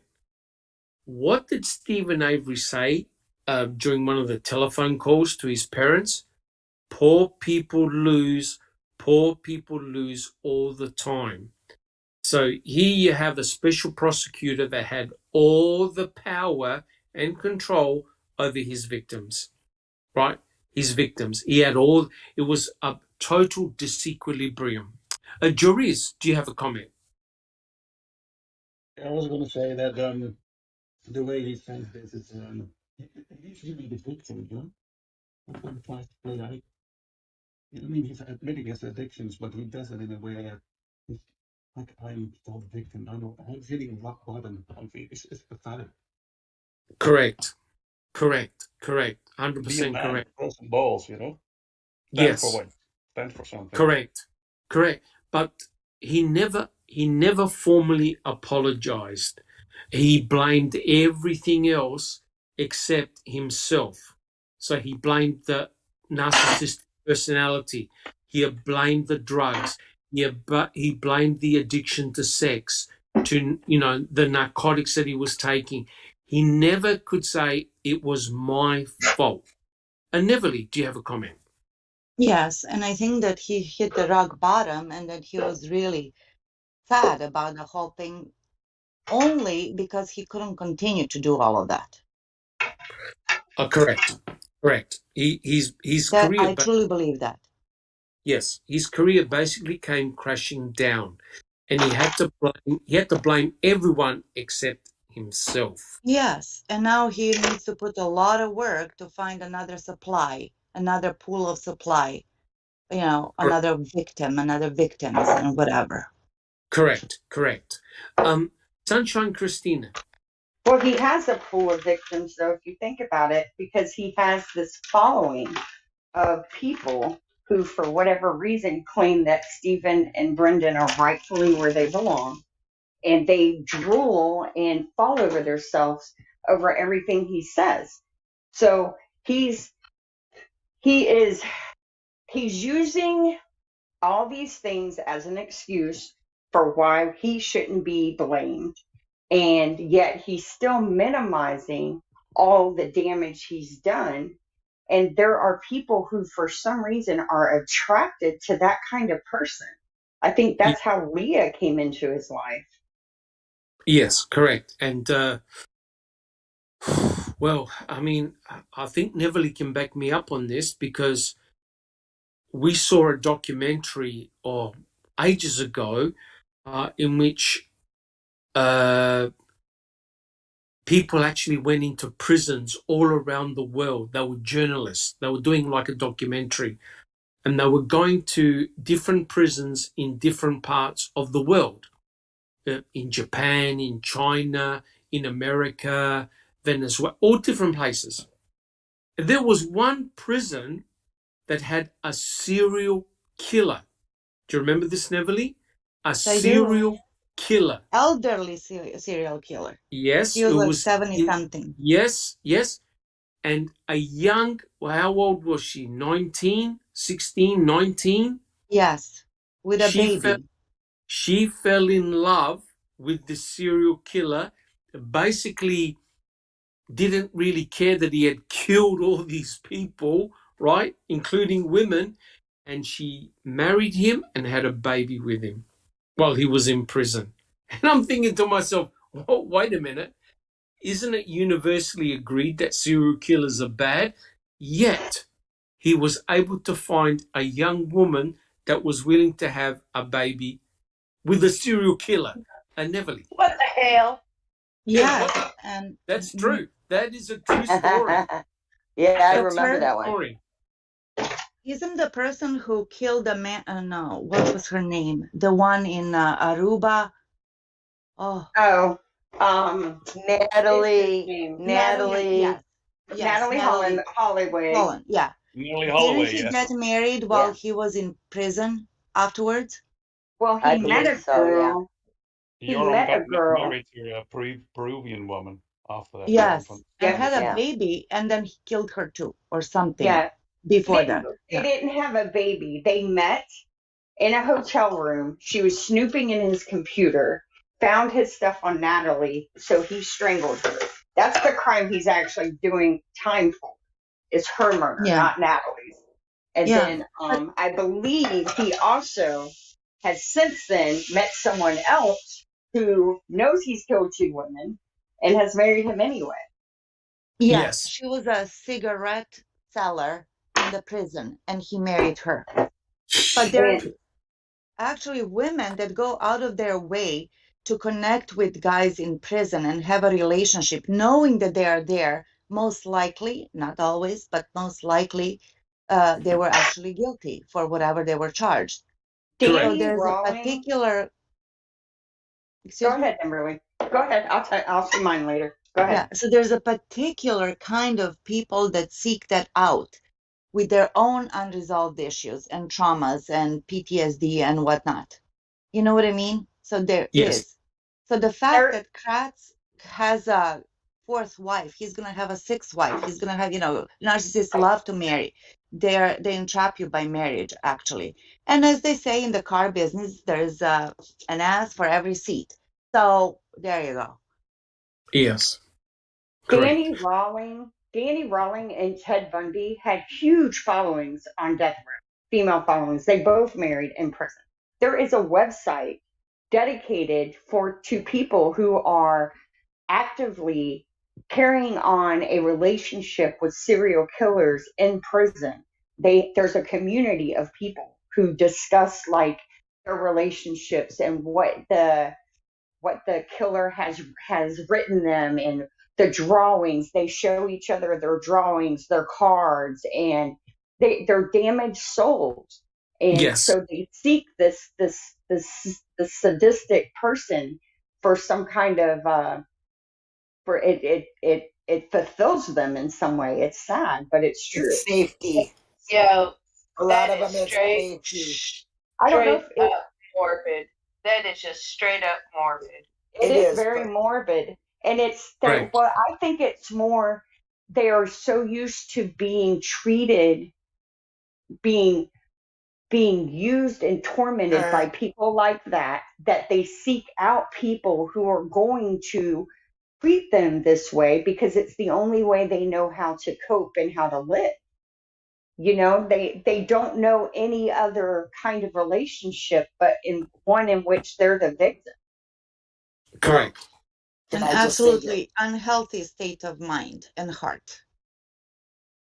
Yes. Checking convictions. Yeah, they're actually they have. I don't remember exactly where I read it, but the census is that a lot of these women do this because they're in a safe relationship. They don't have to have that person living with them, harming them, but yet they feel secure in knowing that there is somebody there. Do you know Yes. what I'm saying? So it is like Christina said, it's a continual mind change throughout that woman's life. And then when she finally just, hey, I gotta have a relationship. Hey, this is safe. I can love this guy. We can talk through letters. I never have to worry about him getting out. I never have to worry about being hit or, and Yes. I'm a fixer. I'm a person who wants to fix. So maybe I can fix him while he's there and make him a better person. Correct. Correct. It's when I saw that documentary, I was just flabbergasted. And this what I can't understand. How did Ken Kratz marry again, knowing full well that his wife, his young wife, must have known about all his indiscretions, yet still married Ken Kratz? Jack 61. I think we've seen with a lot of these really odd personalities. I mean, you can look at somebody like a Manson and Bundy, like we talked about, and so many of these other ones that they don't fit in the mold, and they, for whatever reason, there are some women that have this, they're attracted to that, not necessarily, somebody being, handsome or good looking and that kind of thing.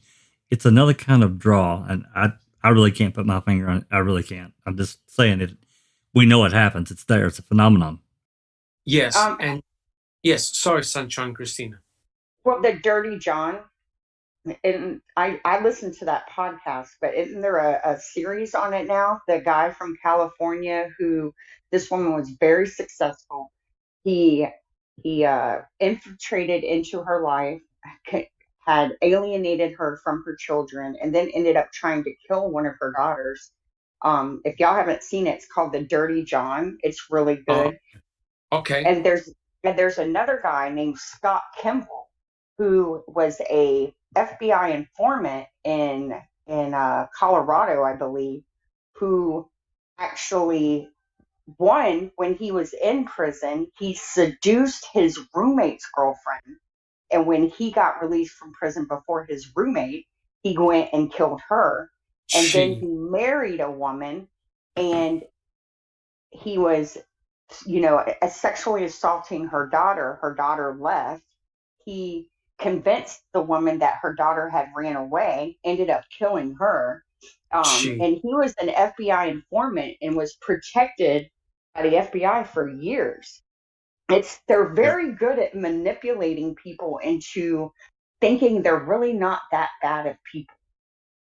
Yes, correct. Yeah, it just does my head in. That's for sure. Absolute for sure. All right, guys. Well, look, we've had a really great discussion. It's 1 o'clock in the morning for me over here. So I reckon if we can close it down here, we'll continue next week. Is everyone happy with that? Yep. Oh, yes. It's my Or, bedtime. yes, awesome. So, guys, let's quickly go down our panel and let us know how you've been going and how things are coming along. Alice. Yeah, all good, Doc. Just trying to get the channel sorted. I need to get my finger up my bum and get these other slides and that done. I need to find a new video editor as well because the one that I've got is putting a watermark right across the middle of my videos, and Okay. I'm only on Windows 8, so I have to find out one for that. Talk And to it's like, Linda. Talk to oh Linda. my god, it's a She nightmare. has We'll a help good you. one. So yeah, and I'm just in the middle of trying to do that because I've got a video that me and Disco Pervert did. We actually went to the scene for Luke's case.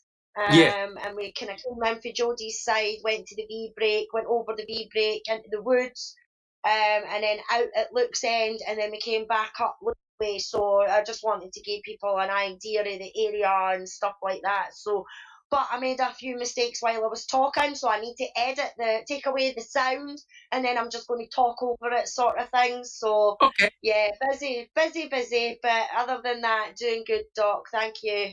Awesome. Fantastic. Bibi. Nothing. Everything's the same. I'm doing good. Awesome. Thank you, Bibi. Checking convictions. Yeah. Hey, Alice. The one I used to go to is Zoe, the boss. She's really good. She'll help you out. I'm sure she will. Just a little hint there. Or I'm happy to help you. I can give you a program Well, too. and what's that one you use, Linda? That's free, isn't it? Yeah. Fillmore. It's free, and you won't. Yeah, you'll get a watermark unless you buy it. So But there's another one I have, and I can let you know about that one. Anyway, nothing really new. I want to remind everybody that Brendan's birthday is coming up, and that'd be, I think, tomorrow. Is tomorrow the 19th, right? Yeah. Is it? Or am 18. I looking at the? No, I'm looking at the wrong. I always have the wrong calendar. It's the 16th or something. I always have the wrong calendar open. I don't know. Anyway, Brendan's birthday's coming up, so if you haven't sent him a card, you can do it on Moonpig. It's a really good website with great cards, and make sure you do that. Go over and join the Brendan's Discord and get in on that. And other than that, not much. I'm kind of planning maybe another channel, but won't have nothing to do with true crime. So maybe a little bit of it. I would like to maybe crucify some of these prosecutors. But other than that, Doc, just getting ready for winter. Awesome. Thank you so much, Checking Convictions. Susan. Well, tomorrow is moving day, so I can see the light at the end of the tunnel. Oh, awesome. Yeah, I'm excited for it to be done. Good. So you can imagine what I've been up to. Oh, yes. Packing boxes, I'm afraid. Yeah, lots of boxes.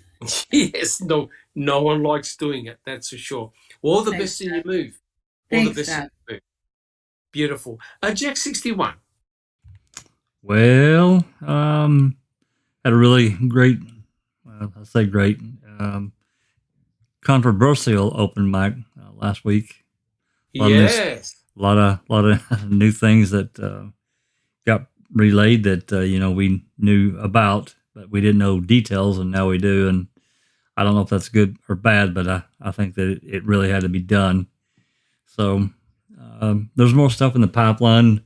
Nothing new to present this, well, at least not till, there's FOIAs in the pipeline, but we don't have any return yet. So for tomorrow, for the open mic, we're going to talk about the 2005 depositions. And I've got several I'm going to present pieces and parts of to.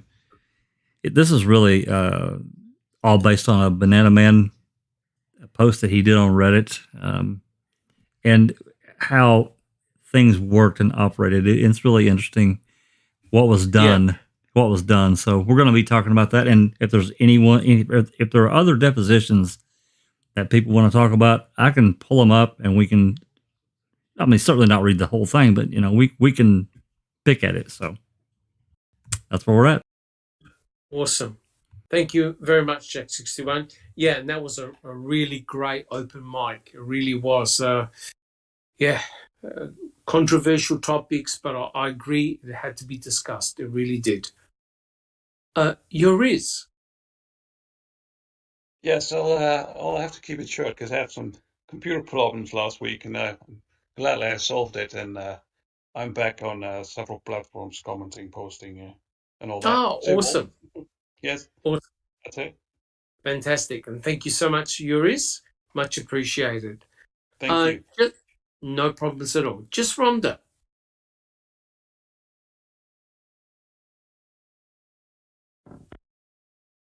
I just am. Correct. Thank you so much, just Rhonda. Neverly. Doing well. Thank you for asking. I posted in Discord in the office room a link to the Netflix movie. It's a documentary. It's called The Phantom. I don't know if anyone's seen it, but oh my God, what a dark story. Did you happen to see it? I have seen, and I agree. If you want to see a shocking outcome to a case, just watch The Phantom. You will not believe how it turned out in the end. A very, very sad case. And it goes to show what happens when you solely rely on eyewitness testimony and when you've got investigator bias. Yeah. Are we allowed to mention what happened in the end? No spoilers. Okay. No spoilers. But no spoilers. Get ready to get really angry. It's a mind-blowing story. Yeah, you never think something like that could happen, but it did. All right. Anything else? What happens when the investigators are in a real hurry to solve the case? Correct. So, and then what happens, the aftermath after that? It's highly recommended. So you guys, it's only like an hour and a half. You can do it. No problem for us non-addicts. Thank God we're not addicted. Correct. We can walk away anytime we want. Correct. Thank you very much, Neverly. Sunshine Christina. Pretty much the same old, same old. That was an awesome open mic the other night. It was a marathon, 5 hours, Yeah, sure.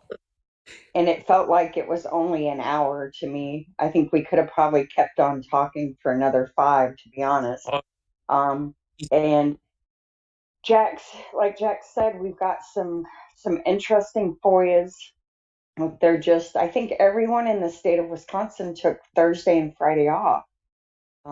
I couldn't get anyone on the phone. Fallon, or not Fallon, uh, the DOJ, Ferguson, sorry. I have mhm. Fallon on the brain from the deposition, but Ferguson, he did respond, but that was only to tell me that he was out of the office. So, Right. yeah. But yeah, we're just waiting on some FOIAs. Just arguing with guilters on Reddit as usual, and that's about it. Yes. Thank you very much, Sunshine Christina. Zoe. Oh, wait a minute. Oh, Weren't you really? recently? Really? You were recently made a mod on Reddit? Oh yeah. Oh yeah. I was recently made a mod on TikTok Manitowoc, and I'm very Oh, thankful awesome. for that. Yep. So Well done. um Well yeah, done. I was very honored to be asked for sure. Excellent. Well done. Zoe, how about yourself? Oh boy. I I asked you not to call me, but you called me anyways. I was Tell us how bad it is, Zoe. Tell us how bad. what? What is bad? You're moving. You're Well, redoing. yeah, I was just in the middle of putting my furniture together and I was like stuck somewhere and I couldn't come out because my room isn't that big. But then Oh, no. you called me and I was like, oh fuck, I can't unmute. And then Sunshine was talking. I was squeezing myself out of my furniture disaster to Oh, unmute. no. So yeah, Oh, no. so that's what's Okay. going on. Just putting my furniture together and listening to you guys. Ah, excellent. Awesome. Thank you very much, Zoe. No problem. And Sammy, how about yourself? I'm doing really well. I'm watching a series called Dark Minds on Discovery Plus. Okay. And yeah, it's really interesting. I'm not going to tell you nothing about it. You guys figure it out for yourself. If you want to go look at it, watch it. Anyhow, that's what I've been up to. Other than that, there's nothing to see here. How are you? Great. Oh, awesome. Well, I've watched a couple of documentaries. I've seen The Phantom. I saw that there are some parallels to what happened to Stephen and Brendan. Yeah, I'm not going to say anything else. It was very, very interesting. And I've been watching on Netflix The Squid Game, which is a Oh, I very, watched it all. Oh, God. it's I a Oh, watched yes, it all. yes. very, very interesting. And the other one that you may want to have a look at is called Alice in Borderland, which is very similar to the Squid Game. Yeah, just full on, no punches pulled, very, very, well, I can't say entertaining, but very interesting concept. The Squid Game is the most highest watched Netflix documentary. Over 100 million people have seen it. That's huge. That's huge. Wow. It's a mind Yeah. thing though, don't you think? Oh, It's a correct. good thing to watch for the mind, see the mind, Correct. how people use it. Yep. Correct. Oh, no spoilers, no spoilers. But yeah, definitely worth checking out. All Did you right, say guys. that it was a documentary? No, it's Oh, okay. Okay. it's not a the Squid Yeah, I Game know. is not a Yeah, not a documentary. documentary. Okay. It's in one of these dystopian societies, almost like Hunger Games on steroids. My God, Very. I hope it's not a documentary. No, it's not a documentary. If it's a documentary, there'll be a lot of dead I bodies. know I'm it's telling not. you right. I Yeah, know. It's a yeah, Yeah. seasonal. I know. I know it's not. I was just joking. I had to Correct. say that. Correct. Definitely worth checking out. All right, guys. Well, if nobody else has got any other comments, first of all, I'd like to thank our panel, our esteemed panel, for putting up with me reading bits and pieces of Ken Kratz's book, and fantastic feedback. And I'd also like to thank all of our listeners for coming on board. Remember, guys, if you haven't subscribed, please subscribe to our channel. And if you like the podcast, if you like what we do, please give us a thumbs up. Let us know what we're doing well or what you would like to see changed. We listen to feedback and we try our very best. And guys, we will catch you all next week where we continue reading chapter 12, The Prize. Thank you so much, guys. This has been a Foul Play production.